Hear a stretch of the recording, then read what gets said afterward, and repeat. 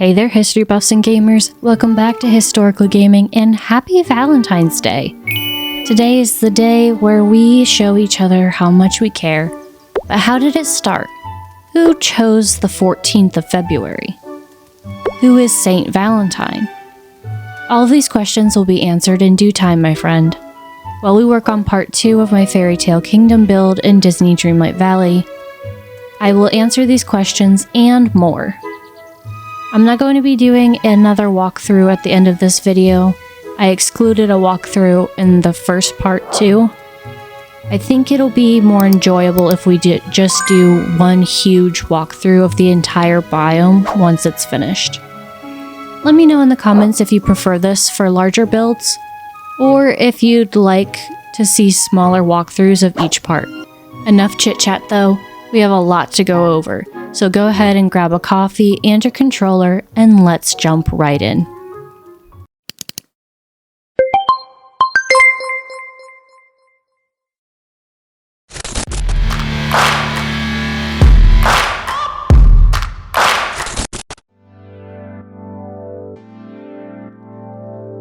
Valentine's Day, celebrated annually February 14th, is a cherished occasion dedicated to honoring love and affection between companions. This day is marked by the exchange of heartfelt gifts, romantic gestures, and expressions of love, making it one of the most significant cultural celebrations worldwide. However, the origins of Valentine's Day are complex and interwoven with various historical, religious, and cultural traditions.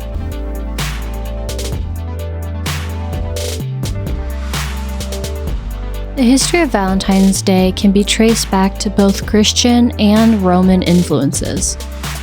One prevailing theory is that the holiday evolved from the Roman festival of Lupercalia, which some sources say took place each year on February 15th, while Chaucer, in the Canterbury Tales, describes Lupercalia as occurring in May, with imagery of springtime, birds, and budding flowers.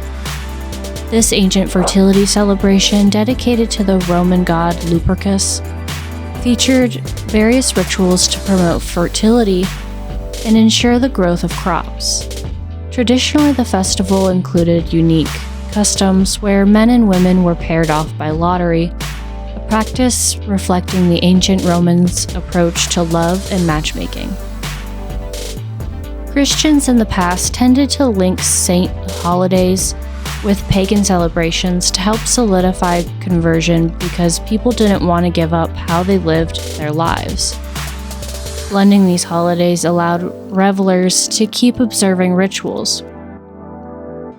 This then led to, circa the late 5th century, Pope Gelasius I took significant steps to eradicate Lupercalia, which had grown increasingly in pagan nature, and established St. Valentine's Day on February 14th. While the true origins of the day remain ambiguous, it is believed that the name derives from the stories of several Christian martyrs named Valentine.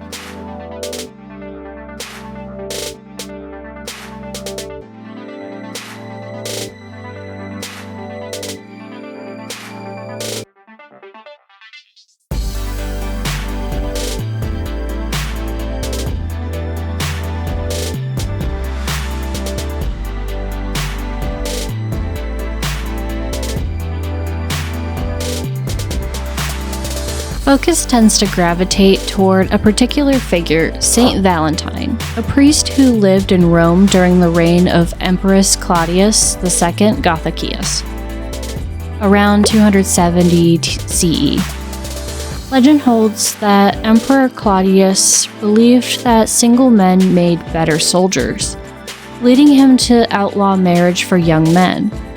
However, Valentine defied this decree by conducting secret marriages for couples in love, providing hope and unification during troubling times. For this act of defiance, he was imprisoned and ultimately executed on February 14th. Further enriching the narrative are tales of Valentine's bond with the jailer's blind daughter, Julia.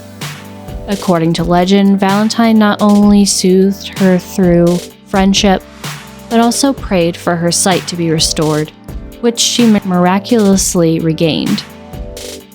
On the eve of his execution, he penned a touching farewell note to Julia, signing it, "From your Valentine." This poignant gesture fueled the belief that he became the patron saint of lovers, solidifying his legacy.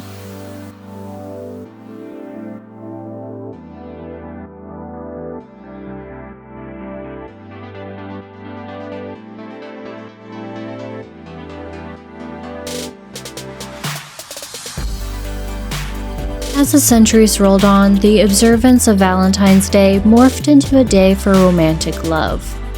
The first real association of St. Valentine's Day with romantic love, or lovebirds, derives from our good old buddy Geoffrey Chaucer's Parliament of Fowls. Yes, Chaucer returns for a second mention in this video. Oh yeah! This time, Chaucer celebrated the engagement of the 15-year-old King Richard II to Anne of Bohemia via this poem, which dates back to 1382.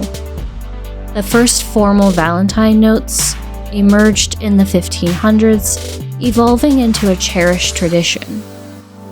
By the late 1700s, commercially printed Valentine cards began to take shape, with significant contributions from Esther A. Howland in the 1840s, who pioneered mass-produced cards. Esther had a very successful stationery business during the 1850s and 1860s. She used imported fancy paper, lace, and other decor from England to make valentines to sell. She even employed female friends of the family to help create these masterpieces. I actually did a full video on Esther's cards and her entrepreneurial spirit. I'll put a card in the upper right-hand corner, and I'll link it down below. You should definitely check it out after this video. One of the most notable Valentines, a letter from Charles, Duke of Orleans, was created in 1415 while he was incarcerated during the 100 Years' War. In this heartfelt message to his wife, he referred to her as "my gentle Valentine," illustrating how deep affection transcended physical separation. The letter stated, quote, "My gentle Valentine, since for me you were born too soon, and I for you was born too late, God forgives him who has estranged me from you for the whole year. I am already sick of love, my very gentle Valentine," unquote.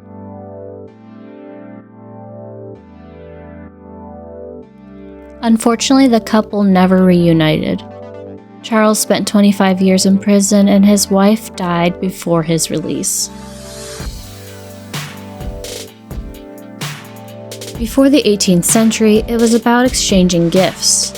Gloves and spoons were pretty traditional, and being someone's Valentine was a year-long commitment. It also sometimes served as a precursor to betrothal.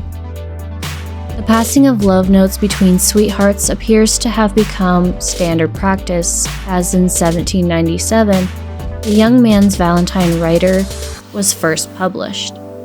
This document contains sentimental rhymes and ditties for young gentlemen to use for their sweethearts.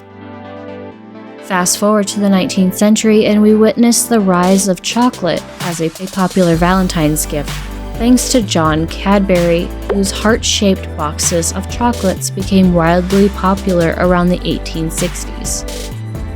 This commercial flair only intensified the day's romantic appeal. Hallmark, yes, the Hallmark, was founded in 1911, and technology made it possible to produce Valentines in color and with various textures, even more inexpensively than before. Around this time, Valentine's Day began to center more on children than before. People began exchanging Valentines in school, and Hallmark played a big role in marketing to elementary students.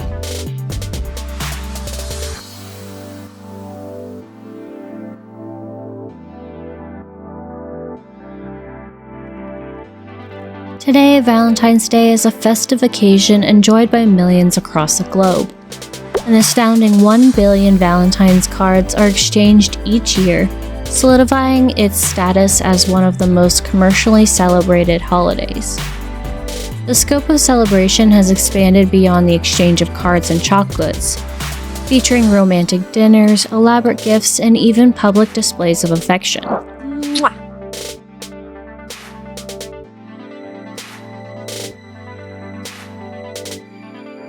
Interestingly, aside from the sweet and sentimental aspects, the Victorian era introduced a unique twist: vinegar valentines.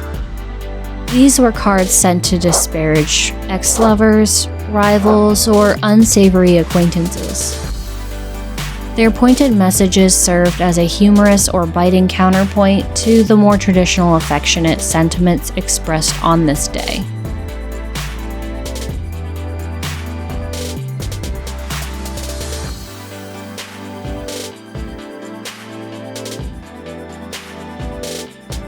In summary, Valentine's Day represents a rich tapestry woven with historical significance, evolving traditions, and heartfelt expressions of love. It's a day that invites reflection on love's powerful influence, and whether one celebrates romantically, platonically, or with self-love, the essence of the day remains the same: to cherish and honor love in all its forms. I hope you enjoyed today's historic adventure into the origin of Valentine's Day. Let me know your favorite tradition for Valentine's Day in the comments. Also, make sure to like this video and subscribe to the channel for more history and gaming adventures. I'll catch you in the next episode. Happy Valentine's Day and stay curious. Bye!